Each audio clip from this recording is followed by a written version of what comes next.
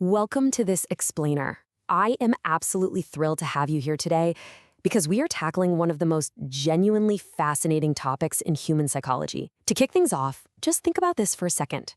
In the first few years of life, a baby's brain is forming more than 1 million new neural connections every single second. 1 million! It is literally a biological explosion. But have you ever stopped to wonder exactly how we harness all that sheer brain power to transform from these completely dependent, helpless little infants into fully autonomous, decision-making adults? I mean, it's really easy to look at human development as just, a physical growth chart, getting taller, learning to walk. But the most profound growth happens entirely invisibly, right inside the mind. So today, we're going to unpack the gradual construction of the psychological self. We'll explore how our relationships, our families, and our society literally build our identities from the ground up, and how we eventually learn to take the wheel. Here's our roadmap for today's journey. We'll be tracking the developing self across 5 distinct life stages. Stage 1, the foundation of trust. Stage 2, discovering other minds. Stage 3, learning the social world. Stage 4, the identity crisis. And finally, Stage 5, becoming your own author. Okay, let's actually dive into this timeline. We've broken down this incredible journey into specific age brackets: birth to 4 years, 4 to 8, 8 to 12, and then 12 to 24 years. Now, these aren't just arbitrary numbers we pulled out of thin air. They represent massive structural shifts in how the human brain processes reality. As we cross each one of these thresholds, our cognitive hardware gets a huge upgrade, which completely rewires the software we use to interact with everyone around us. So, let's start at the very beginning. Stage 1, the foundation of trust, covering birth to roughly 4 years old. In this very first stage of life, an infant really doesn't have a sophisticated understanding of themselves as a separate person. Their entire experience of the universe is just their interactions with their caregivers. Before a baby can even utter a single word, their developing brain is constantly asking one implicit baseline question: am I safe? Every single time that baby cries and someone responds, or they get scared and someone comforts them, they're building basic expectations about the world. They're figuring out, hey, can other people be trusted? Are my feelings okay? Am I actually worthy of care? This is the absolute cornerstone of attachment theory. An infant's nervous system relies entirely on their caregiver to co-regulate. So when a parent soothes a crying baby, they are quite literally lending that infant their own calm nervous system, wiring the child's brain for secure attachment down the line. Right around the end of that first year, a child hits this major mental milestone: object permanence. It's that sudden realization that just because you can't see mom or dad, it doesn't mean they've just ceased to exist. I mean, this perfectly explains why the game of peekaboo is literally mind-blowing for a 6-month-old, but totally boring for a 2-year-old. To a tiny infant, when you cover your face, you have vanished from the universe. And when you uncover it, boom, you've performed a miracle. But keep in mind, even with this cool new milestone, young kids are still highly egocentric at this stage. They experience their own needs as the absolute center of the universe. Taking someone else's perspective? Yeah, that's still really, really hard for them. Moving right along to Stage 2, discovering other minds, which takes place between the ages of 4 and 8. Between 4 and 8 years old, kids go through some seriously dramatic cognitive paradigm shifts. They aren't just experiencing the world anymore, they're starting to actively interpret it. And that brings us to this massive cognitive leap called theory of mind. Around preschool age, a child begins to grasp a truly wild concept. Other people have entirely separate minds. Think of that classic psychological experiment, the Sally Ann task. A child watches a doll named Sally put a marble in a basket and walk away. Then another doll, Ann, moves that marble from the basket into a box. The researcher asks the child, hey, when Sally comes back, where will she look for her marble? Kids under 4 will usually say the box, because they know it's there and they just assume Sally must know it too. But older kids, they'll say the basket.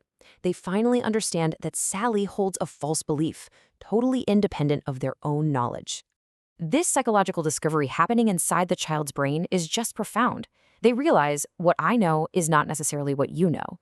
It's a massive aha moment that completely rewires their entire existence. The rules of the game change overnight because the child is no longer the sole reference point for reality. And think about why this matters for the rest of your life. This exact realization is the absolute bedrock for adult empathy, for learning how to negotiate, and, interestingly enough, for developing the ability to tell a really good lie. Because, well, you can't deceive someone unless you actually understand that their mind is separate from yours. Right alongside theory of mind comes another cognitive breakthrough: conservation. Think back to that classic childhood trick. If you pour water from a short, wide glass into a tall, narrow glass, a very young child will confidently tell you the tall glass has more water in it.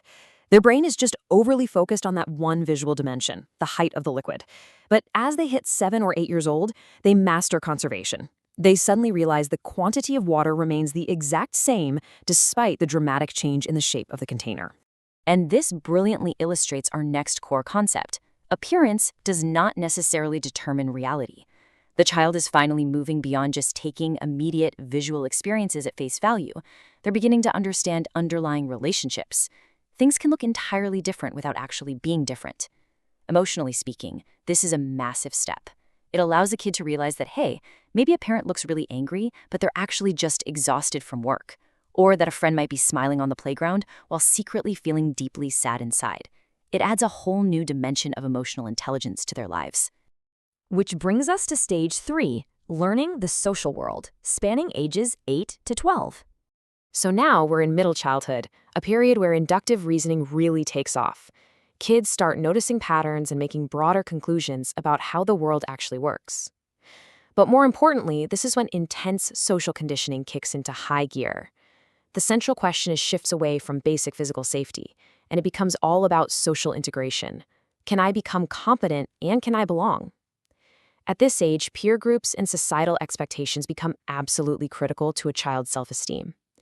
They desperately want to know, am I good at this? Am I accepted by the group? Think about the relatable struggles of this age.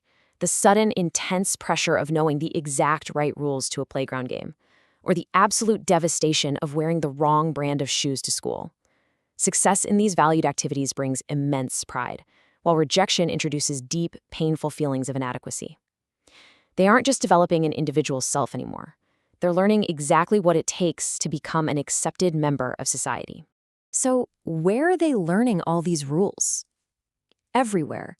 Society is constantly communicating this through parents, relatives, teachers, institutions, and peer groups. Through the food they eat, the language they speak, and their ideas about success, there's this powerful, unified message being broadcast to the child. This is how people like us live. Schools formalize this whole framework with grades and behavior charts. But the peer group? That introduces an especially intense source of social evaluation. Why? Because for the very first time, kids are being judged by their equals rather than by forgiving, loving caregivers. The feedback from peers is blunt, it's immediate, and it heavily shapes their sense of self-worth.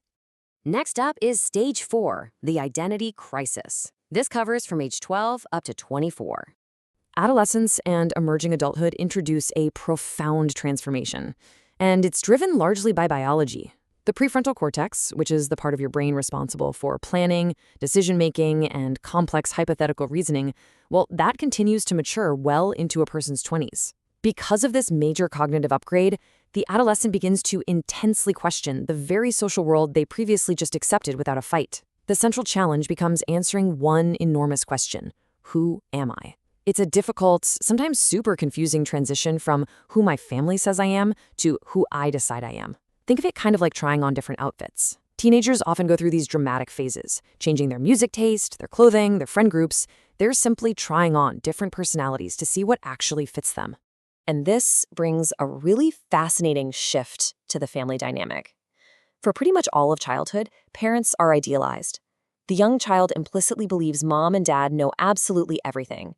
But as those abstract cognitive abilities develop, the adolescent comes to a shocking realization. Their parents are just limited human beings.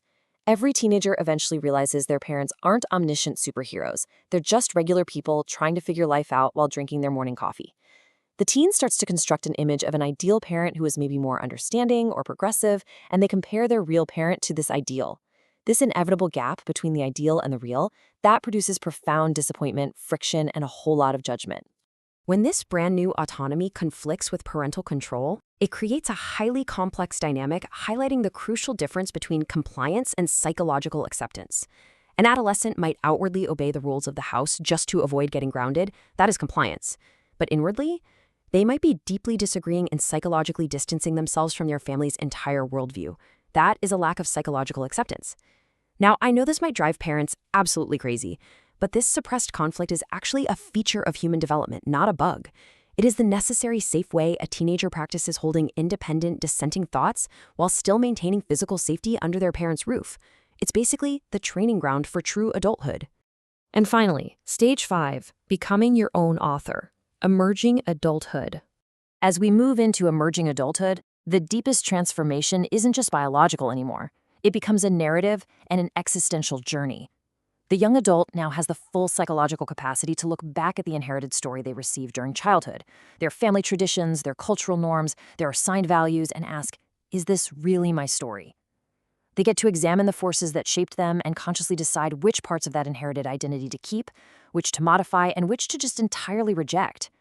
In the real world, this looks like choosing a career path completely different from a parent's expectations, or deciding to keep a cherished family holiday tradition but leaving behind a political ideology you were raised with. It is the conscious, deliberate editing of your own life script. So, looking back, the developmental journey is really a masterclass in sequence, a steady, beautiful expansion of psychological capacities. First, we are entirely formed by our early relationships. Second, we're formed by society's rules and expectations. Third, armed with a mature prefrontal cortex, we develop the capacity to actively question everything that has formed us up to that point. And fourth, we begin the lifelong, challenging, but deeply rewarding process of forming ourselves.